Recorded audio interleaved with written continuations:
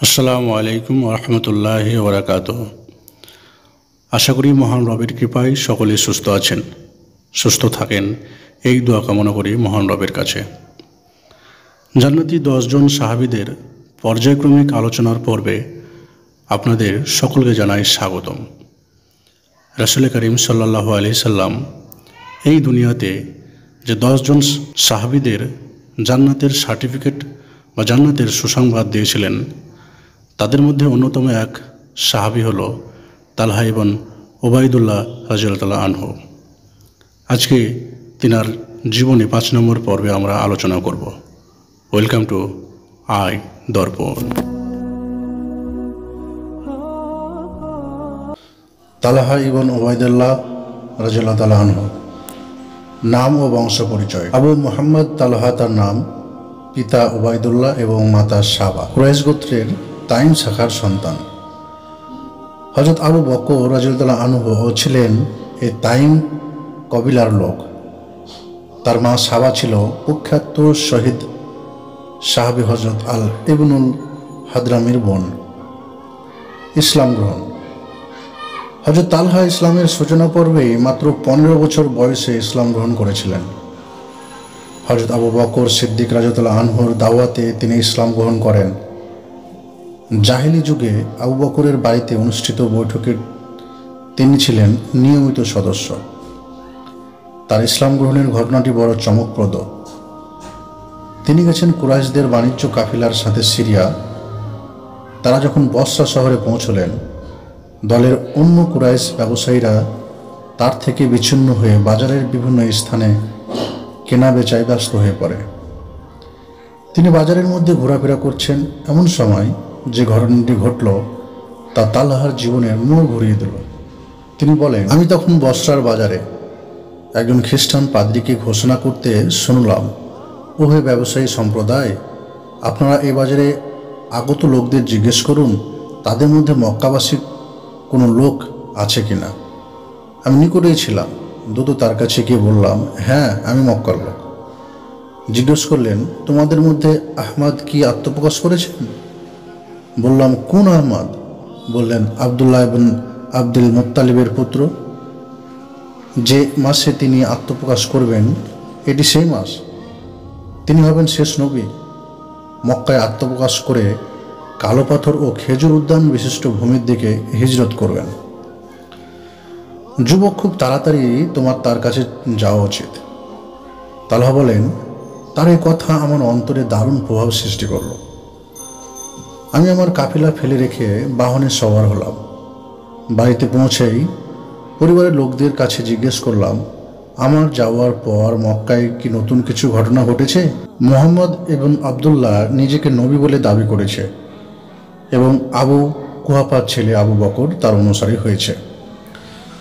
তালহা বলেন, আমি আবু বকরের কাছে গেলাম এবং তাকে জিজ্ঞেস করলাম, এ কথা কি সত্যি যে মুহাম্মদ নবুয়ত দাবি করেছেন এবং আপনি তার অনুসারী হয়েছেন?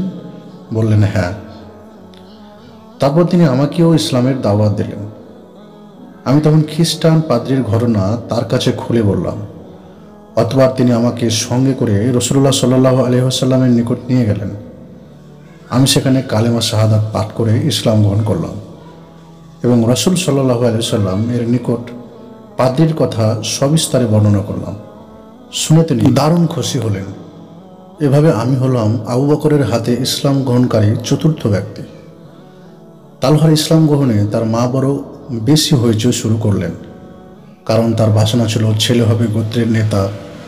গোত্রীয় লোকেরা তাকে ইসলাম থেকে ফিরিয়ে নেওয়ার জন্য চাপাচাপি করে দেখল তিনি পাহাড়ের মতো অটল। সোজা আঙুলে ঘি উঠবে না ভেবে তারা নির্যাতনের পথ বেছে নিল। মাসউদ ইবনে খারাজ বলেন, একদিন আমি সাফা মারওয়ার মাঝখানে দৌড়াচ্ছি। এমন সময় দেখলাম একদল লোক হাত বাঁধা একটি যুবককে ধরে টেনে নিয়ে আসছে। তারপর তাকে উপর করে শুইয়ে তার পিঠে ও মাথায় বেদম মার শুরু করল। তাদের পেছনে একজন বৃদ্ধ মহিলা চেঁচিয়ে গলা ফাটিয়ে তাকে গালাগালি দিচ্ছে। আমি জিজ্ঞেস করলাম, ছেলেটির এই অবস্থা কেন?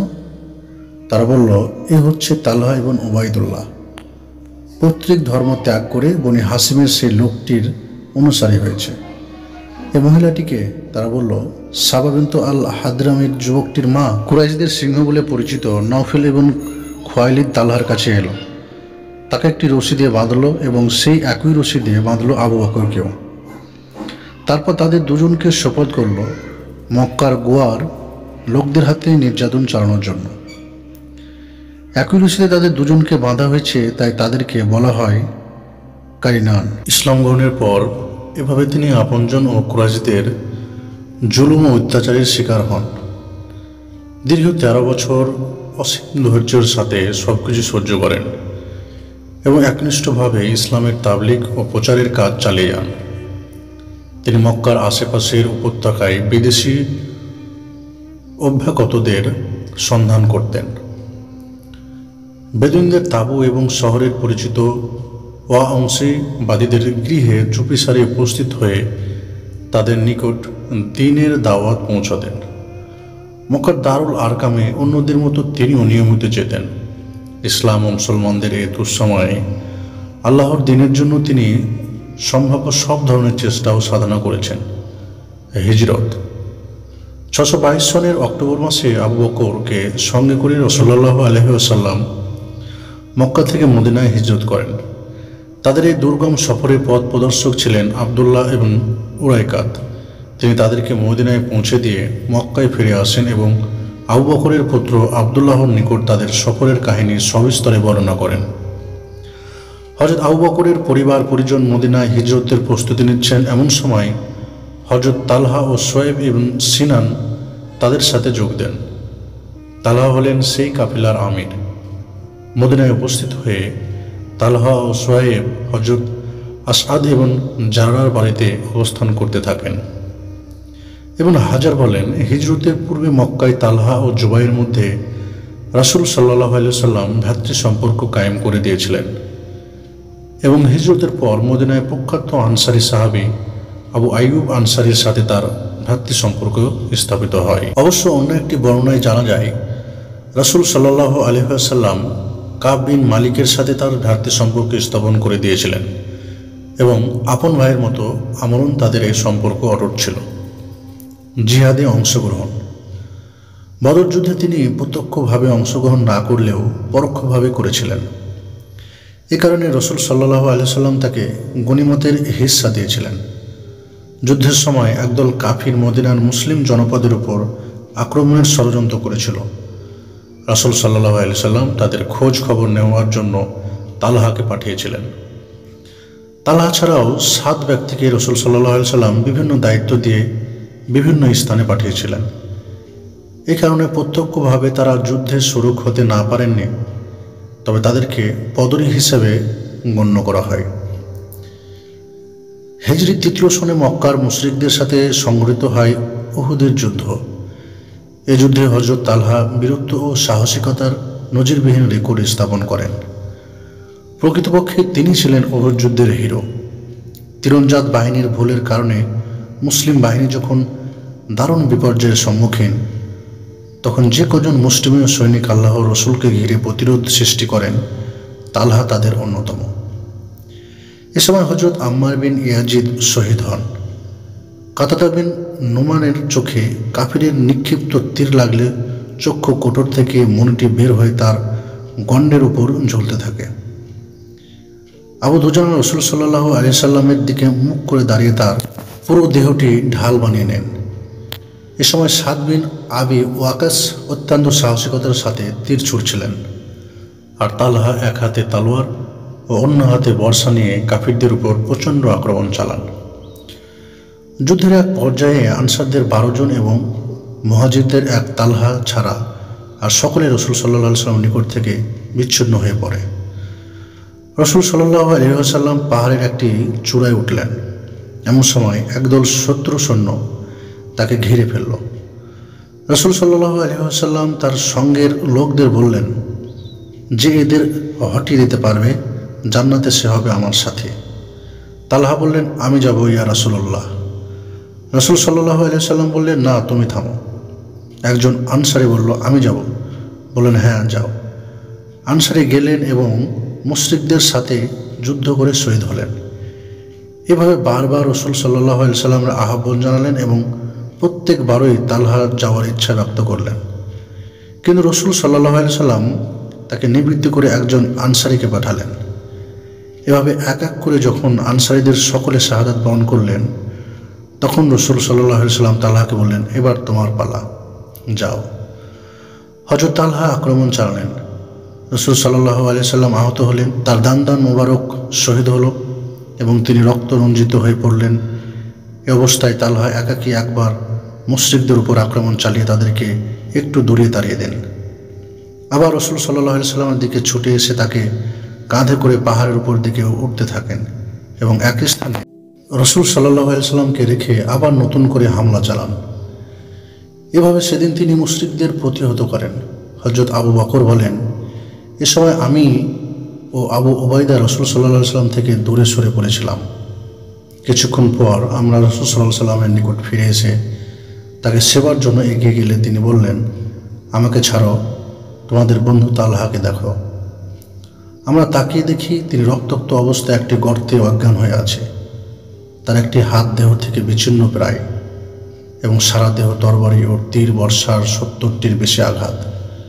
তাই পরবর্তীকালে রসুল সাল্লাল্লাহু আলাইহি সাল্লাম তার সম্পর্কে মন্তব্য করেছিলেন, যদি কেউ কোনো মৃত ব্যক্তিকে পৃথিবীতে হেঁটে বেড়াতে দেখে আনন্দ পেতে চায়, সে যেন তালহা এবং উবাইদুল্লাহকে দেখে। এই কারণে তাকে জীবিত শহীদ বলা হতো। হযরত সিদ্দিকে আবু বকর রাদিয়াল্লাহু আনহু উহুদ যুদ্ধের প্রসঙ্গই উঠলে বলতেন, সে দিনটির সবটুকুই তালহার। এ যুদ্ধে হযরত তালহার কাছে আল্লাহর রাসূল সাল্লাল্লাহু আলাইহি সাল্লাম এত প্রীত হন যে তিনি তাকে জান্নাতুল ফেরদাউসের সুসংবাদ দান করেন। পঞ্চম হিজরি সনের জিলকাদ মাসে আরবের বিভিন্ন গোত্রের ও ইহুদিদের সম্মিলিত বাহিনী মদিনা আক্রমণের তোড়জোড় শুরু করে। এদিকে তাদেরকে প্রতিহত করার জন্য রসুল সাল্লাল্লাহু আলাইহি সাল্লাম নেতৃত্বে মুসলিম বাহিনী মদিনায় উপকণ্ঠে সালা পর্বতের পাশ দিয়ে পূর্ব পশ্চিমে 5 হাত গভীর খন্দক খননের সিদ্ধান্ত গ্রহণ করেন। এই খন্দক খননের কাজে হযরত তালহাকে ব্যস্ত দেখা যায়। খন্দক খননের কাজ শেষ হতে না হতেই মক্কার কুরাইশ ও অন্যান্য আরব গোত্রের সম্মিলিত বাহিনী মদিনায় অবরোধ করে। এদিকে মদিনার অভ্যন্তরে ইহুদি গোত্রগুলি, বিশেষত বনু কুরাইজা চুক্তি ভঙ্গ করে মুসলমানদের বিরুদ্ধে ষড়যন্ত্র শুরু করে। এ সময় মুসলমানরা ভিতর ও বাইরের শত্রু দ্বারা পরিবেষ্টিত। এমন এক নাজুক পরিস্থিতিতে কিছু সংখ্যক মুসলমান স্ত্রীপুত্র পরিজনের নিরাপত্তার চিন্তায় স্বাভাবিকভাবে একটু অস্থির হয়ে পড়েন। কিন্তু অধিকাংশ মুসলমানের মনোবল এবং আল্লাহর প্রতি তাদের ঈমান অটল থাকে। তারা নিজেদের জানমাল সব কিছু আল্লাহর পথে কুরবানি করার জন্য সম্পূর্ণ প্রস্তুত ছিলেন। হযরত তালহা ছিলেন শেষোক্ত দলের অন্তর্ভুক্ত। আল্লাহ তাআলা সূরা আহজাবের 2য় ও 3য় রুকুতে মুসলমানদের এ সময়কার মানসিক চিত্র সুন্দরভাবে অঙ্কন করেছেন। খন্দকের ধারে দাঁড়িয়ে কতিপয় মুসলমান আলাপ আলোচনা করছে। হযরত তালহা যাচ্ছেন পাশ দিয়ে। তার কানে ভেসে এলো, একজন বলছে, আমাদের স্ত্রী পরিজনদের নিরাপত্তার ব্যবস্থা করা উচিত। হযরত তালহা একটু থমকে দাঁড়ালেন, বললেন, আল্লাহ খায়রুন হাফিজান, আল্লাহ সর্বোত্তম নিরাপত্তা বিধানকারী। যারা নিজেদের শক্তি ও বাহুবলের উপর ভরসা করেছে ব্যর্থ হয়েছে। লোকেরা বলল, আপনি ঠিকই বলেছেন। তারা তাদের উদ্দেশ্য থেকে বিরত থাকল। বাইয়াতে রিদওয়ান, খাইবার ও মুতাসহ সব অভিযানে তিনি অংশগ্রহণ করে উল্লেখযোগ্য ভূমিকা পালন করেন। মক্কা বিজয়ের দিন মুহাজিরদের যে ক্ষুদ্র দলটির সাথে রসুল সাল্লাল্লাহু আলাইহি সাল্লাম মক্কায় প্রবেশ করেন, তালহা ছিলেন সেই দলে এবং রসুল সাল্লাল্লাহু আলাইহি সাল্লামের সাথে তিনি পবিত্র কাবার অভ্যন্তরে প্রবেশ করেন। এদিকে মদিনার অভ্যন্তরে ইহুদি গোত্রগুলি, বিশেষত 10ম হিজরি সনের 25শে জুলকাদা রসুল সাল্লাল্লাহু আলাইহি সাল্লাম হজের উদ্দেশ্যে মদিনা থেকে যাত্রা শুরু করেন। এটাই ছিল ঐতিহাসিক বিদায় হজ। রসুল সাল্লাল্লাহু আলাইহি সাল্লাম সফরের সঙ্গী হন তালহাও। তিনি রাসূলুল্লাহ সাল্লাল্লাহু আলাইহি সাল্লামের সাথে জুল হুলাইফা পৌঁছে ইহরাম বাঁধেন। এ সফর একমাত্র রসুল সাল্লাল্লাহু আলাইহি সাল্লাম ও তালহা ছাড়া আর কারো সঙ্গে কুরবানির পশু ছিলেন না। সহিহুল বুখারী, কিতাবুল হজ। প্রিয় নবীর ইন্তিকালে হযরত তালহা দারুণ আঘাত পান। রসুল সাল্লাল্লাহু আলাইহি সাল্লামের শোকে তিনি কাতর হয়ে পড়েন। মাঝে মাঝে বলতেন, আল্লাহ তাআলা সকল মুসিবত এ ধৈর্য ধরার হুকুম দিয়েছেন। তাই তার বিচ্ছেদের সবরে জামিল অবলম্বনের চেষ্টা করে এবং সঙ্গে সঙ্গে আল্লাহর কাছে তৌফিক কামনা করে। হযরত আবু বকরের খিলাফতকালে তিনি তার বিশেষ উপদেষ্টা ছিলেন। চিন্তা, পরামর্শ ও কাজের মাধ্যমে সব ব্যাপারে তিনি তাকে সাহায্য করেন। রিদ্দার যুদ্ধের সময় অনেক বিশিষ্ট সাহাবী যাকাত আদায় করতে অস্বীকারী বিরোধীদের সাথে কিছুটা কোমল আচরণ করার জন্য এবং তাদের বিরুদ্ধে জিহাদ ঘোষণা না করার জন্য প্রথমত খলিফাকে পরামর্শ দেন। কিন্তু হযরত তালহা স্পষ্ট করে বলে দেন, যেদিনে যাকাত থাকবে না তা সত্য ও সঠিক। হিজরি 13 সনের জামাদিউস সানি মাসে হযরত আবু বকর রাদিয়াল্লাহু তাআলা আনহু অসুস্থ হয়ে পড়লেন। তার অবস্থার দ্রুত অবনতি হতে লাগলো। একদিন হযরত তালহা গেলেন তাকে দেখতে। তিনি উপস্থিত হলে কিছুক্ষণ নীরবতার পর উভয়ের মধ্যে নিম্নোক্ত কথা হয়, উমারকে কি স্থলাভিষিক্ত করব? আবু মুহাম্মদ তালহা, আপনার মতকে? সাহাবীদের মধ্যে উমার সর্বোত্তম গুণের অধিকারী। তিনি সত্য ও মিথ্যার পার্থক্যকারী। তাকে আমার স্থলাভিষিক্ত করার ব্যাপারে আমি আপনার পরামর্শ চেয়েছি। তার স্বভাবে কিছুটা কঠোরতা আছে এবং তিনি একটু বেশি কড়াকড়ি আরোপ করে থাকেন। তার মধ্যে কি কি ত্রুটি আছে? আপনার সময় তিনি যখন এত কঠোর, আপনার পরে স্বীয় দায়িত্ব অনুভূতিতে না জানে কত বেশি কঠোর হয়ে পড়েন। তার উপর যখন খেলাফতের গুরু দায়িত্ব এসে পড়বে তিনি নরম হয়ে যাবেন। সবশেষে তালহা বললেন, তার গুণাবলী ও যোগ্যতা যে সকলের থেকে বেশি, সে ব্যাপারে আমার দ্বিমত নেই। তার স্বভাবের একটি দিক সম্পর্কে আমার যা প্রতিক্রিয়া তা ব্যক্ত করতে আমি কার্পণ্য করিনি। হিজরি 13 সনে হযরত উমর খলিফা হলেন। তিনি হযরত তালহাকে যথোপযুক্ত মর্যাদা দিলেন এবং সর্বদা তার পরামর্শ গ্রহণ করে উপকৃত হলেন। ইরাক বিজয়ের পর সেখানকার কৃষিজমি গনিমতের মালের মতো মুজাহিদদের মধ্যে ভাগ বাটোয়ারা করা হবে কি হবে না, এ প্রশ্নে সাহাবীদের মধ্যে মতবিরোধ দেখা দিল। একদল বললেন ভাগ করাই উচিত হবে, কিন্তু খলিফা সহ অন্য একটি দল ছিলেন ভাগের বিরোধী। অতঃপর মজলিসে শুরার বৈঠকে দীর্ঘ আলোচনার পর খলিফার মতই সর্বসম্মতভাবে গৃহীত হয়। এ ব্যাপারে হযরত তালহা শুরার বৈঠকে দায়িত্বহীনভাবে খলিফার মতকে সমর্থন করে জোরালো বক্তব্য রাখেন। আমিরুল মুমিনিন হযরত উমর রাদিয়াল্লাহু আনহুর ওফাতের পূর্বে যে 6 জন বিশিষ্ট সাহাবীর উপর তাদের মধ্যে থেকে যে কোনো একজনকে খলিফা নির্বাচনের দায়িত্ব দিয়ে যান, তার মধ্যে হযরত তালহা ছিলেন। কিন্তু তিনি আত্মত্যাগের চরম পরাকাষ্ঠা দেখে নিজের খিলাফতের দাবি থেকে সরে দাঁড়ান এবং হযরত ওসমানের সমর্থনে নিজের ভোটটি প্রদান করেন। হযরত ওসমান রাদিয়াল্লাহু আনহু বিদ্রোহীদের দ্বারা গৃহবন্দী হলেন। একদিন তিনি ঘরে জানলা দিয়ে মাথা বের করে বিদ্রোহী গ্রুপ ও মদিনার সমবেত লোকদের উদ্দেশ্য করে বক্তব্য রাখলেন। এক পর্যায়ে তিনি জিজ্ঞেস করলেন, তোমাদের মধ্যে কি তালহা আছেন? কেউ কোনো উত্তর দিল না। এবার যখন তিনি দ্বিতীয়বার জিজ্ঞেস করলেন, তখন হযরত তালহা উঠে দাঁড়ালেন। হযরত ওসমান তাকে লক্ষ্য করে বলল, এ জনতার মধ্যে আপনার প্রস্তুতি এবং 3 বার জিজ্ঞেস করার পর সাড়া দেবেন এমন আশা আমি করিনি। আমি আপনাকে আল্লাহর নামে জিজ্ঞেস করছি, একদিন অমুক স্থানে যখন রাসূল সাল্লাল্লাহু আলাইহি ওয়াসাল্লামের সঙ্গে আমি ও আপনি ছাড়া আর কেউ ছিল না, রাসূল সাল্লাল্লাহু আলাইহি ওয়াসাল্লাম আপনাকে উদ্দেশ্য করে বলেছিলেন, তালহা প্রত্যেক নবীরই তার উম্মতের মধ্য থেকে জান্নাতে একজন সঙ্গী থাকবে। ওসমান ইবনে আফফান এভাবে জান্নাতে আমার সঙ্গে, সে কথা আপনার স্মরণ আছে? তালহা সায় দিলেন, হ্যাঁ। তারপর তিনি জনতার ভেতর থেকে উঠে চলে গেলেন। হযরত ওসমান শহীদ হলেন। মুসলিম উম্মাহর একটি অংশ হযরত ওসমানের হত্যাকাণ্ডের বিরুদ্ধে সোচ্চার হয়ে কিসাস দাবি করলেন। হযরত তালহা ও জুবাইর মদিনা থেকে মক্কায় গিয়ে হযরত আয়েশা রাদিয়াল্লাহু আনহার সাথে মিলিত হলেন। বসরার উপকণ্ঠেই তারা হযরত আলী রাদিয়াল্লাহু আনহুর সেনাবাহিনীর মুখোমুখি হলেন। হযরত কাকা ইবনে আমরের মাধ্যমে উভয় পক্ষের মধ্যে আলাপ আলোচনা শুরু হলো। হযরত আলী, উম্মুল মুমিনিন হযরত আয়েশা, তালহা ও জুবাইর সমস্যার শান্তিপূর্ণ সমাধানের ব্যাপারে মতৈক্য পৌঁছালো। উভয় পক্ষ তৃপ্তির নিঃশ্বাস ফেলল, কিন্তু চক্রান্ত ও ষড়যন্ত্রকারী ইহুদী এবং সাবার লোকেরা এতে প্রমাদ গণল। মূলত তারাই ছিল হজরত ওসমানের হত্যাকারী।